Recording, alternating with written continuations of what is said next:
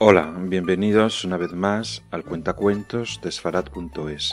Hoy, como nos lo podemos permitir porque tenemos mucho donde escoger, cambiamos de estilo y traemos un cuento de literatura actual israelí escrito por Ruth Talmog, una conocida novelista y profesora de filosofía, además de segunda editora jefe del suplemento de cultura del periódico Haaretz, Tarbut Vesifrut, cultura y literatura. El cuento que vamos a conocer hoy está traducido por Teresa Martínez directamente del hebreo y se titula Urinka. De Chili Kasten se puede decir que solo tuvo dos cosas en la vida: su hijo Urinka y una balalaika. Las relaciones con Arnold Tansman, su marido, eran como los nudos que se forman en un cabello muy rizado. Si lo dejas de peinar durante unos días, no hay más remedio que cortarlo. Chili Kasten era sin embargo amiga de hombres famosos, como el compositor Marcel Robin, que había huido a México, y Hermann Baruch, que huyó a América, y de mujeres famosas como Milena Jasinska, que no había logrado huir, cosa que Chili solo supo al cabo de muchos años, y Gertrude Kraus, que también había ido a Palestina y a cuyo lado consiguió Chili aparecer una vez en escena, si bien no en la capital. A pesar de esto, no había hallado en sí misma la fuerza deseada, y hasta el último día de su vida tuvo el pelo largo, rizado y lleno de multitud de nudos. Desde el momento de nacer, estuvo Chili completamente segura de que en todo el mundo no había otro como Urinka, pero Tansman dijo que el bebé berreaba demasiado, y debido a esto, Chili lo cogía a veces en brazos medianoche o la noche entera. Tansman, sin embargo, no se lo autorizaba, porque en su manual para la crianza de los niños estaba escrito explícitamente que estaba prohibido, pero tenía un sueño profundo y pesado como todos los inocentes, y como ellos se despertaba puntualmente a una hora fija, así que era posible arreglarse. Cuando Tansman se quejaba le decía: «A lo mejor solo tiene hambre». Pero Tansman decía que en sus libros estaban escritas cosas que decían que alimentar a un bebé a horas fijas, con porciones medidas, era bueno. «Pero quizás no tengo suficiente leche», decía Chili. Mas Tansman anunciaba que el autor, un pediatra alemán conocido, había determinado que si una mujer lograba amamantar 10 minutos seguidos, era señal de que tenía bastante leche y no había necesidad de darle un suplemento alimenticio, cosa que podría ser perjudicial. Tansman había encontrado el libro en una librería de viejo especializada en libros en alemán, porque los fugitivos que habían llegado a Palestina desde Alemania, Austria y Checoslovaquia habían llegado con cajones llenos de libros, pero sin un céntimo. Justo como Elsa, a la que Chili había ido a visitar una vez viajando exprofeso para este fin, y cuando la había visto se había asustado tanto que salió inmediatamente a buscar un colmado por los alrededores. A veces recogía Chili todo lo que estaba disperso en su interior, como las partículas en el cuerpo del señor Chajor, el vecino del que decían que los médicos tenían que utilizar un imán cada vez que le sacaban alguna partícula, y que en el invierno le molestaban especialmente y le ennegrecían la cara como los ribetes de la oscuridad al final de la puesta de sol. Entonces se permitía decir a Tansman que no había en el mundo otro como Urinka. Pero Tansman no daba su brazo a torcer y siempre le respondía: «Es simplemente un llorón, toda la noche maulla como un gato en celo». Su voz era como el metal golpeando metal, pero a veces aún reunía Chili un poco de fuerza para decirle en un susurro: «A lo mejor solo tiene hambre. Tal vez no tenga yo leche suficiente». Cuando Tansman respondía a esto, su voz era ya sólo el eco que despierta el hierro cuando golpea el hierro, un chirrido alto y estridente que daña el oído. pero todo lo que decía era: ya te lo he dicho, y fuera de esto, la cosa más importante en la vida es la disciplina, como está escrito explícitamente en mi manual para la educación de niños. Este libro lo había comprado también en la misma leyenda. Y si no empezamos desde la edad de 0, aún criaremos en casa un delincuente, como tú, Chilicasten, antes de que te recogiera de la calle y me casase contigo. Y después puede ser que cometiese un error.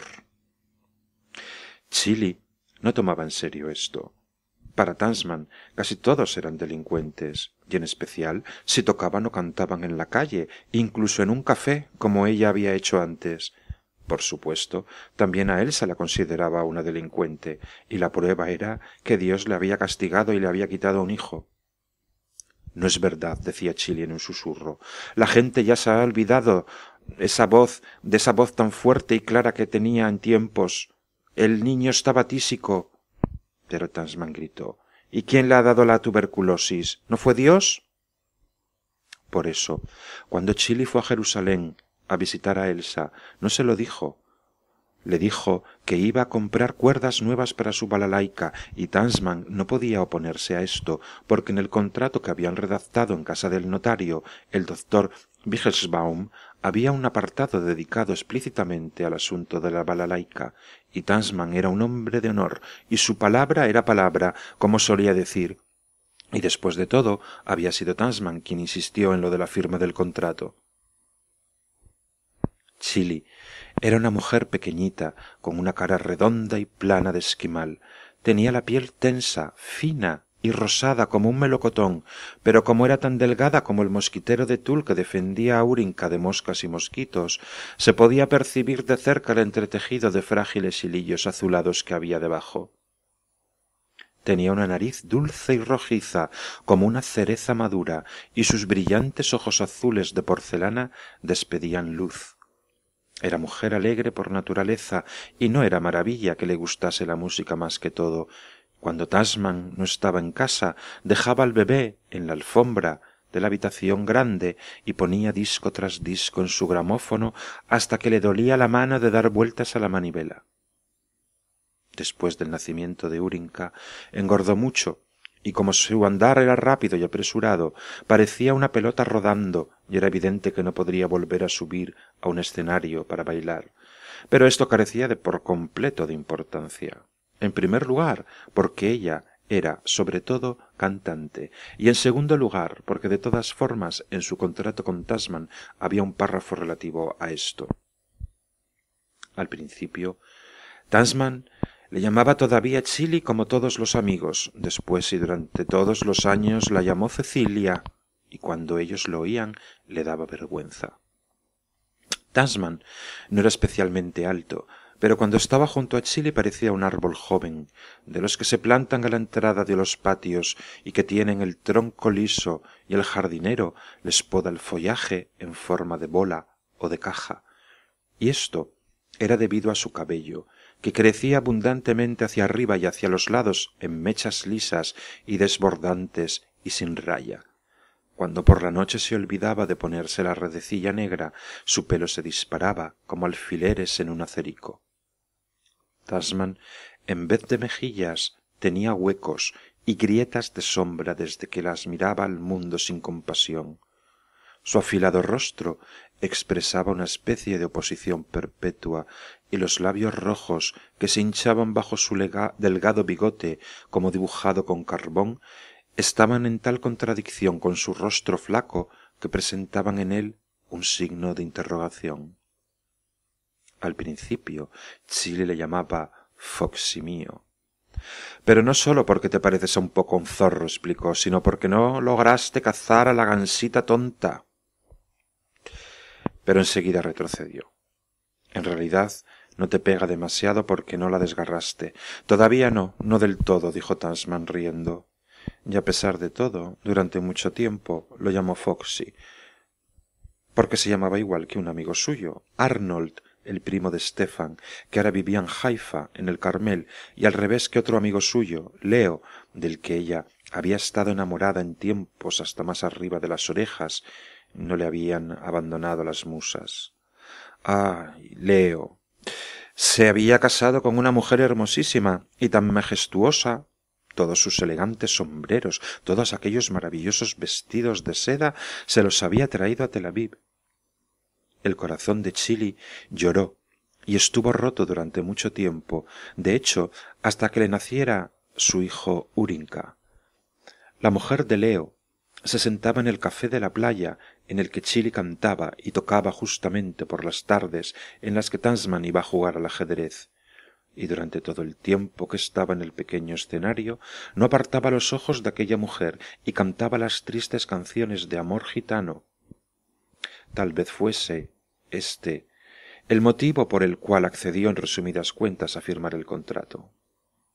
Tansman era especialista en la elaboración de cueros. Tenía un pequeño taller en las afueras de la ciudad.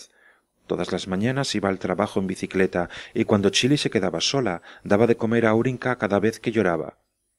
El pediatra había dicho que a su edad, ya tenía 5 meses, se podría, decididamente, añadir leche de vaca a su alimentación e incluso papilla, pero era necesario tener mucho cuidado hirviendo bien el alimento.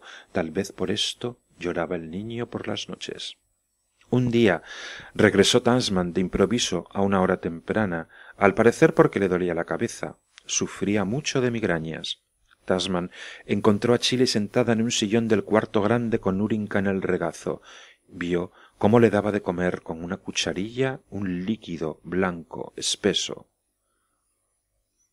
Tansman se miró el reloj y dijo: ¿No es bastante con que no sea aún la hora del amamantamiento para que también le des lo que aun a simple vista parece una papilla de leche? Chili se sobresaltó y no contestó. Tansman le arrebató a Urinka y lo acostó en su cama, que estaba en el pequeño cuarto de los niños. Urinka comenzó a llorar inmediatamente. Tansman lo sacudió con fuerza y gritó: «¡Silencio! ¡Silencio!». Pero Urinka se desgañitaba. «Si no terminas inmediatamente te zurro», gritó Tansman, y lo sacudió aún con más fuerza, pero en vano, y Tansman se dominó y volvió a la habitación grande. Chili estaba sentada en la butaca, sin moverse.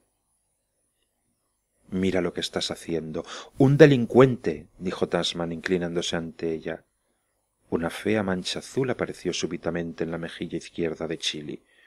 Chili se agarró con fuerza a los brazos de la butaca y no se movió. Tansman dijo: «¿Piensas que te recogí de la calle para esto? Eres una ingrata».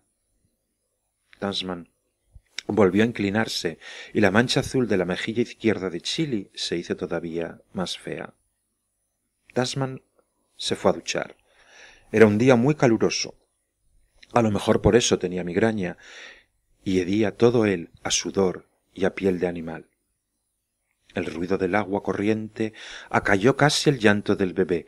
Chili se levantó, cogió la balalaika y salió afuera. Se sentó en el patio, en un taburete bajo, y estuvo tocando hasta el atardecer. La puesta de sol estival fue larga. Los vecinos escucharon el rasgueo de las cuerdas y dijeron: «Qué bien toca». Pero su voz era demasiado tenue. Cuando se puso el sol se metió dentro y preparó una ensalada y 2 tortillas. También cortó pan negro y colocó una botella de agua fría en la mesa en la que iban a comer. Luego llamó a Tansman y se sentaron uno frente al otro a comer en silencio. Cuando Chili se miró el reloj, dijo Tansman: «Puesto que ya le has dado de comer, no le des el pecho ahora, aunque sea la hora. Ese será vuestro castigo».